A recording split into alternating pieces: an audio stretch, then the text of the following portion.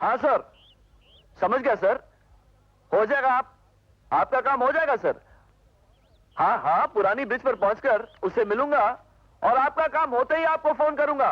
Okay sir, bye bye.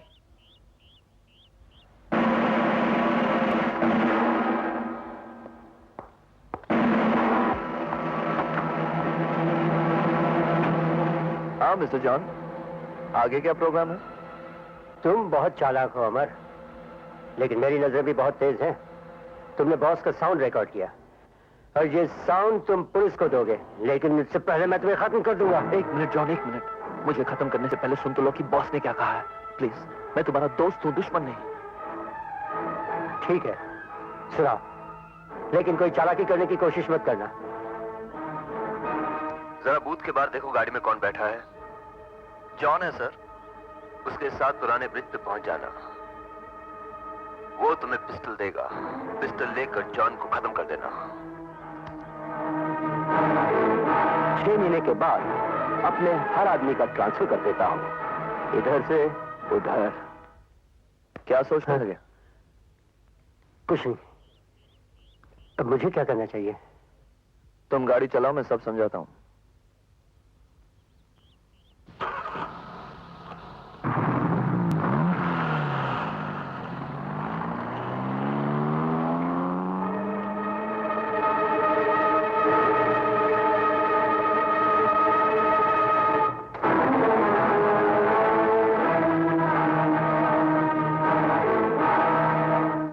देखो John, मैं अपने भाई को रॉकी के चंगुल से छुड़ाना चाहता हूं।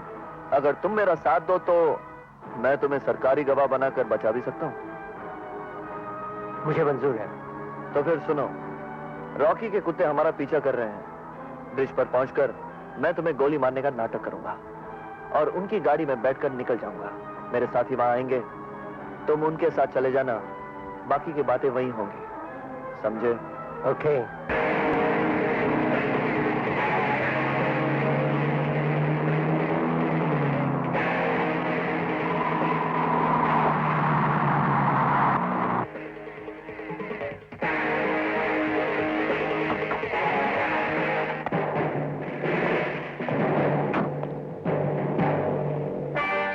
जॉन,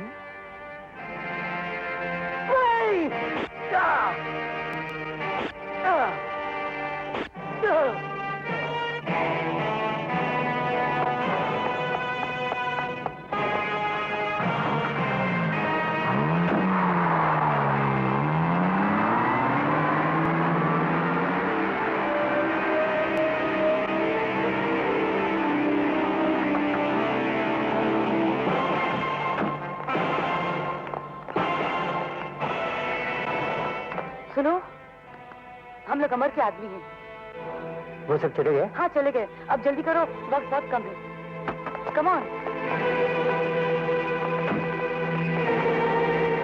जैसे कि जॉन ने हमें बताया कि सिंगापुर से एक डांसर और उसके 2 साथी होटल सिटीजन में ठहरे हुए हैं, जो खास रॉकी के लिए शो करने आए हैं। हम उन्हें उनके कमरे में बंद कर देंगे।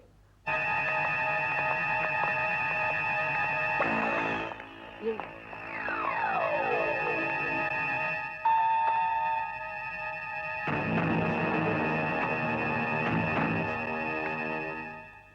यस, लो, यस कह रही है। ए, तू कौन है? What nonsense?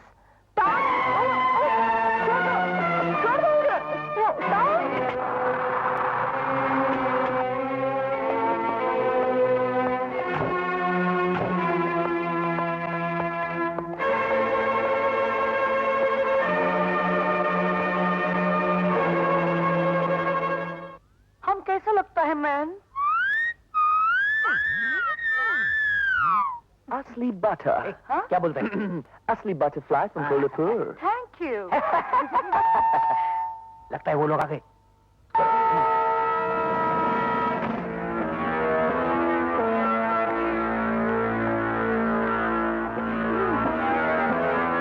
यस।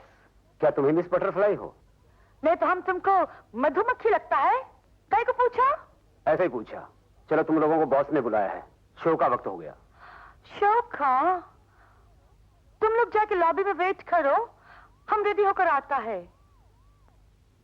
जाओ। भागो। या फ्लाई, तुम्हारा प्रोग्राम देखकर हम बहुत खुश हुए। हम आप तीनों को इनाम देना चाहते हैं। हाँ। मैं तो समझता था कि सिर्फ मेरा ही बाप इस दुनिया में कंजूस है, लेकिन ये तो मेरे बाप का बाप निकला।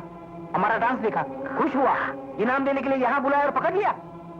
ये तो अंदर बैठकर हमें अंदर बिठाने का प्रोग्राम बना रहा है। तुम्हें क्या इरादा है? खामोश!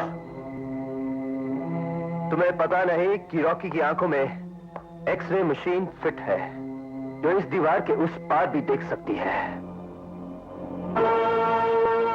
तुम समझते हो कि ये नकली दाढ़ी मुछ लगाकर रॉकी को फांस लोगे? जॉन कहाँ है? उससे तो मैंने गोली मार दी। ज्यादा चालाक बनने की कोशिश मत करो। तुम ये से पिल्ले रॉकी के इशारों पे नाचते फिरते हैं। वैसे जॉन ने हम तक पहुंचने का अच्छा तरीका बताया। बटरफ्लाई। अब अपनी खैरियत चाहते हो तो जॉन को हमारे हवाले कर दो, वरना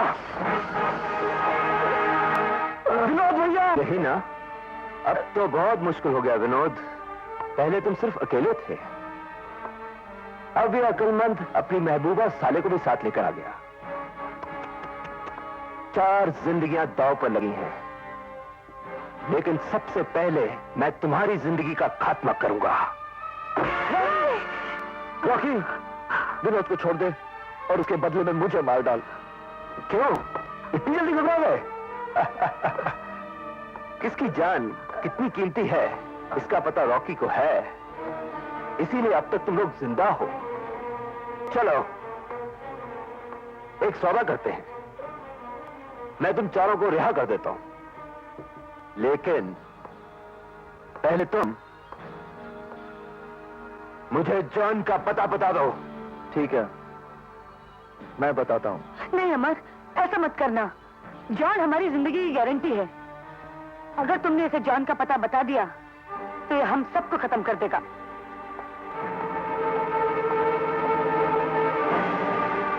ठीक है, तो एक एक करके अपना अंजाम देखो।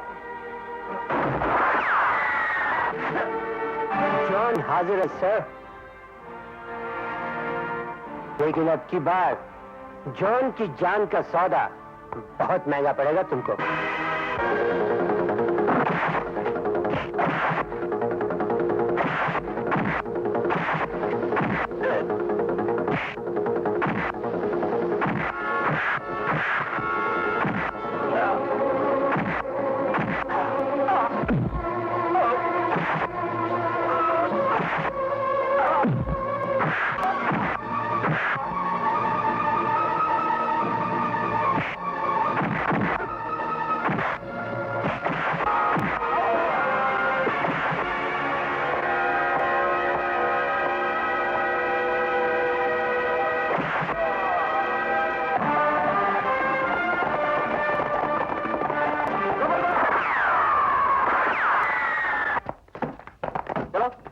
अरे चलो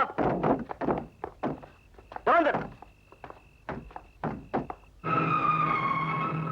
इन्हें यहाँ क्यों लेकर आया है? इंस्पेक्टर की यहाँ से चले जाए, मैं इनकी सूरत नहीं देखना चाहती। हम भटक गए थे माँ। दौलत की चकाचौंध में मेरी आंखें माँ की ममता को नहीं पहचान सकी। मैं सेठ जी के घर दामाद होकर गिरवी हो गया था, और गिरवी रखी हुई चीज की इस दुनिया के बाजार में कोई कीमत नहीं होती। मैं भूल गया था कि माँ की छत्र छाया में जो सुख है वो सोने की जंजीरों की कैद में कभी नहीं है। मुझे माफ कर दे माँ, मुझे माफ कर दे माँ। कसूर सारा मेरा ही था माँ जी। मैं ये भूल गई थी कि शादी के बाद मायका पराया हो जाता है और ससुराल ही लड़की का घर बन जाता है और सास माँ बन जाती है, और माँ की इज्जत करना हर बेटी का फर्ज है। मगर मैंने तो आपको सास ही समझा और सास समझकर मेरे मंडप में आके बेइज्जती कर दी। मगर आप तो माँ है, माँ अपने भूले भटके बच्चों को माफ कर देती है। माँ जी, हमें भी माफ कर दीजिए। अमर, इन्हें कह दे मेरे पाँव छोड़ दे। कैसे कह दूं माँ? सुना है माँ के पांव तले जन्नत होती है और दुनिया की कोई भी माँ अपने बच्चों को ठुकरा कर उनके लिए कभी जन्नत के दरवाजे बंद नहीं करती। अमर, अपना प्यार भरा हाथ इनके सर पर रख दो माँ और इन्हें अपनी शरण में ले लो।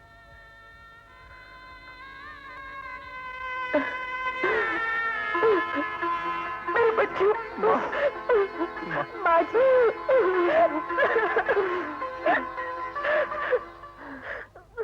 अरे अमर, तू आशा को लेकर कहाँ चला गया था? या उसके पिताजी उसका इंतजार करते करते न जाने कहाँ चले गए हैं? भाई मैं कहीं नहीं गया, मैं तो बाहर बैठा भगवान के नाम की माला जप रहा था। डैडी, आप और ये माला? अरे आशा बेटी, अपने पापा का प्रायश्चित करने के लिए सेठ जी भगवान की माला जप रहे हैं। अरे तुम चुप करो नहीं चंचल दास, कितना बोलता है। अरे आप लोग ऐसे मेरी तरफ आंखें फाड़ फाड़ के क्या देख रहे हो? ओहो समझ गया बहन जी, मैं एक शेर सुनाता हूँ। फक्र इसमें क्या कि जमाने ने बदला है तुम्हें, अरे मर्द वो हैं जो जमाने को बदल देते हैं। कैसा लगा शेर बेटा? बहुत ही अच्छा। अरे अमर, तूने मेरी बात का जवाब ही नहीं दिया। तू आशा को लेकर कहाँ गया था? माँ अगले हफ्ते शीला बहन की शादी है, इसलिए आशा को साथ लेकर भैया भाभी को मना के घर वापस लाने गया था। ठीक है, अच्छा किया। सेठ जी चाहते हैं कि शीला की शादी के साथ साथ तेरी और आशा की भी शादी हो जाए। या एक साथ दो शादियां। एक शादी में शीला बेटी इस घर से बाहर जाएगी और दूसरी शादी में आशा बेटी इस घर में बहू बनकर आएगी। हिसाब किताब बराबर क्लियर कट। लेकिन माँ ये कैसे हो सकता है? क्यों नहीं हो सकता? मैंने तो सेठ जी को हाँ कर दी है। भाई मियां अमर, तुम अभी तक तैयार नहीं हुए? अरे भाई फ्लाइट का टाइम हो गया है, मैं गाड़ी लेके आया हूँ, जल्दी करो। फ्लाइट? कैसी फ्लाइट? कमाल है, अमर ने आपको कुछ नहीं बताया? ये 2 साल के लिए दुबई जा रहा है, ये देखिए एग्रीमेंट। क्या?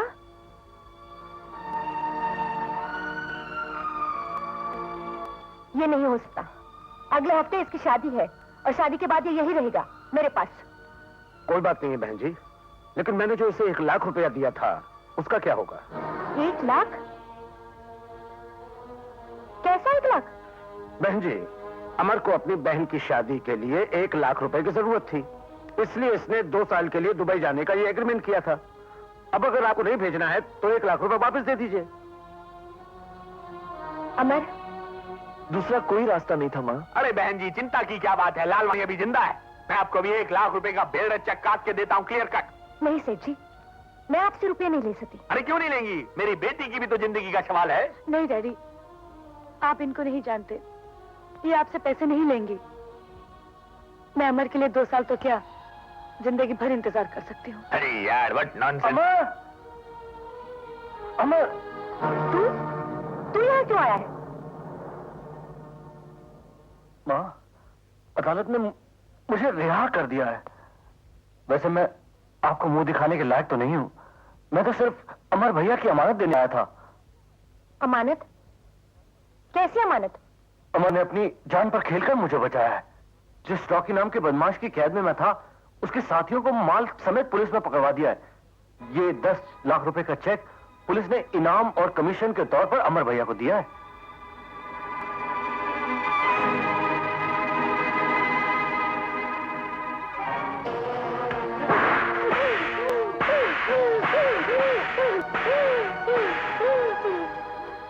झूठी, फरेबी, क्या समझता है तू अपने आप को? मुझसे पूछे बिना लाख रुपए का दहेज देना मंजूर करेगा? फिर इस लाख रुपए के लिए 2 साल के लिए दुबई जाएगा? हाँ?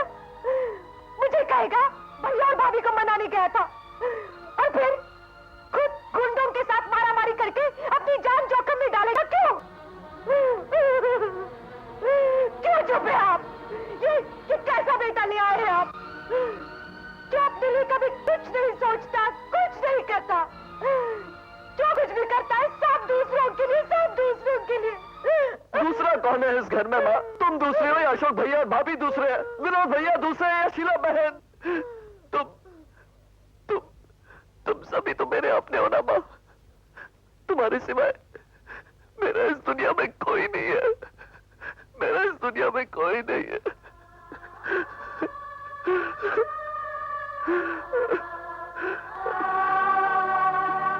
माँ,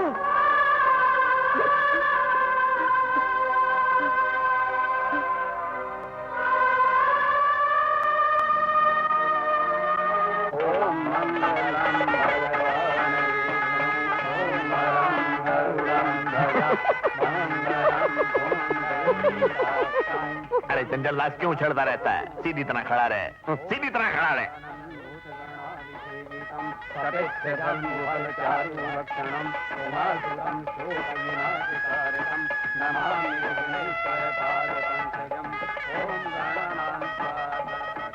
बहन जी, ये लीजिए। ये क्या है? ये 1 लाख रुपए हैं। अरे, पर आप इसे वापस क्यों कर रही हैं? मेरे बेटे राम की ये शर्त है कि जब तक मैं दहेज के 1 लाख रुपए वापस नहीं करूंगी, वो बहू को घर नहीं लाएगा। शारदा बहन, मुझे माफ कर दीजिए, मैं बहुत शर्मिंदा हूँ। अरे अरे, ये क्या कर रही हैं आप? आपको तो खुश होना चाहिए कि राम ने आपको सही रास्ते पर चलने की राह बताई और दहेज के पाप से बचा लिया। अरे चंचल दास, ये दुर्गा देवी ने शारदा देवी के हाथ में क्या दिया? वो 1 लाख रुपए दहेज के वापस कर दिए। अरे अरे अरे, बड़ी बेवकूफ औरत है। मैं होता तो 1 पैसा ना देता। सेठ जी, फिर आपने लालच की बात की? अरे चंचल दास, अकड़ की बात करा कर। आदमी हूँ, बदलने में थोड़ा टाइम तो लगेगा ना। पिताजी। हाँ? आई। अब ये गंगाराम के हाथ में क्या पैकेट है? पिताजी, पिताजी। अरे बड़ी, इस पैकेट में क्या है? ये तोलाराम के बेटे गंगाराम का बेटा राजाराम। अरे तो शॉर्टकट में बोल, मेरा पोता है। शब्दों में भी खर्चा करता है। शब्दों में भी हिसाब किताब करते हैं पिताजी। हाँ, याद पिताजी। हाँ।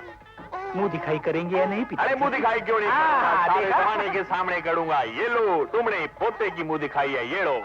पिताजी, ये मैं क्या देख रहा हूँ? अरे शोभा, जरा चुटकी तो लेना। ये कोई चुटकी लेने का तरीका हुआ? मैंने ऐसे लेने को बोला था इतनी जोर से, कहीं चमड़ी उधड़ जाती तो? अरे गंगाराम, क्या हो गया बड़ी? पिताजी, मैं समझा था कि मैं कोई सपना देख रहा हूँ। आज तक हम लोगों के लिए आपकी जेब से कभी चवन ही नहीं निकली थी और आज पूरा पॉकेट दे दिया। अरे मेरा पोता है, मेरा सारा माल इसका है। कितना बड़ा परिवर्तन, हाँ। कितना बड़ा परिवर्तन। शोभा, ज्योतिषी की बात सच निकली।